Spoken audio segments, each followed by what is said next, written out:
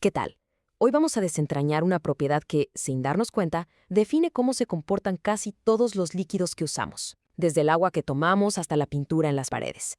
Vamos a hablar de la ciencia detrás del flujo. A ver, empecemos con algo que seguro nos ha pasado a todos. Piensen en el desayuno. Queremos ponerle miel a un pan tostado y parece que el tiempo se detiene, pero luego nos servimos un vaso de agua y fluye al instante. ¿Cuál es el truco aquí? ¿Qué está pasando? Bueno, pues la diferencia entre estas dos situaciones tiene un nombre, una palabra que es clave para todo lo que vamos a ver hoy: viscosidad. Esa es la razón científica detrás de por qué un líquido se siente lento y otro súper rápido. Entonces, ¿qué es exactamente? Miren, de forma sencilla, la viscosidad es como la fricción interna de un líquido. Es la fuerza con la que sus propias moléculas se oponen a moverse. Por eso la miel, con su alta viscosidad, se resiste a fluir. Y el agua, con una viscosidad bajísima, pues fluye sin problemas. Pero ojo, esto no es solo teoría de laboratorio, ¿eh? La viscosidad es súper importante en nuestro día a día. Y uno de los lugares donde es absolutamente crítica es en la comida que nos encanta. Es que si lo pensamos un momento, sopas, salsas, yogures, aderezos para ensaladas, bebidas, casi todo lo que comemos es técnicamente un fluido. Y esto convierte a la viscosidad no solo en un concepto interesante, sino en un pilar de toda la industria alimentaria. Y aquí es donde se pone bueno. Para un ingeniero, saber la viscosidad le dice qué tan grande tiene que ser una bomba o una tubería en una fábrica.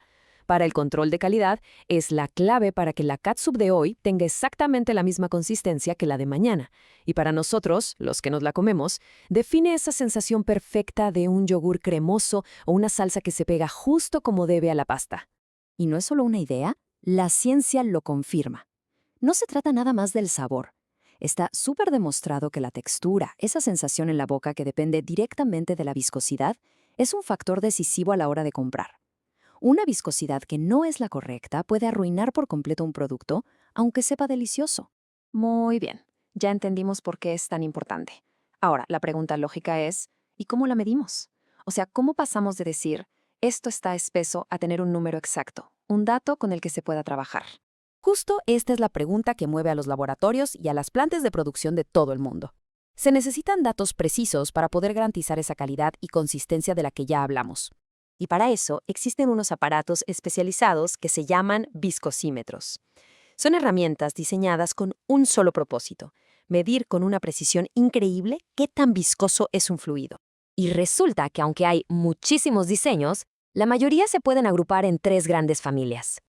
Están los capilares, que son como los más clásicos, los de cuerpo móvil, que se aprovechan de la gravedad, y los rotacionales, que son los más modernos y versátiles.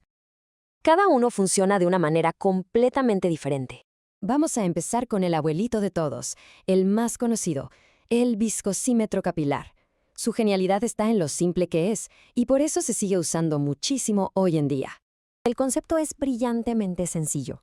Imaginen que es una carrera de líquidos. Se pone el fluido en un tubo de vidrio que tiene una parte súper delgadita, el capilar, y se cronometra cuánto tiempo tarda en pasar de un punto a otro.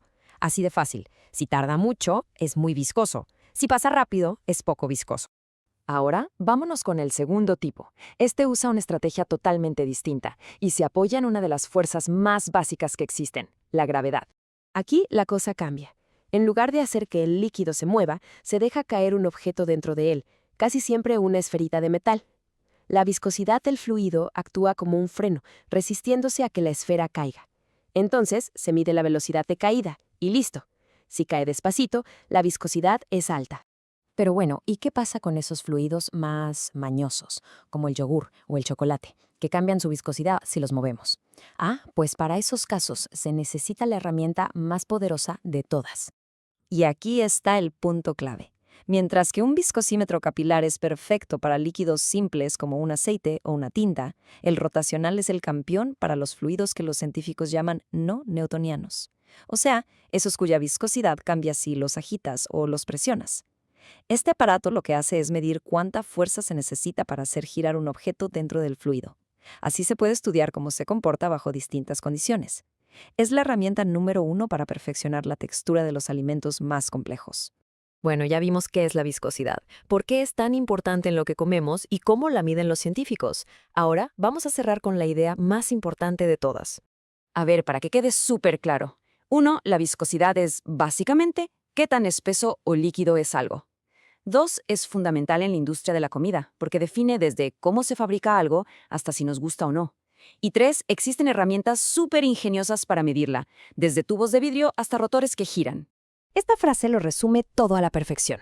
La próxima vez que veamos un líquido moverse, sea lo que sea, hay que recordar que detrás de ese simple acto hay toda una ciencia fascinante, una propiedad invisible que alguien midió y controló con mucho cuidado para que funcione tal y como esperamos.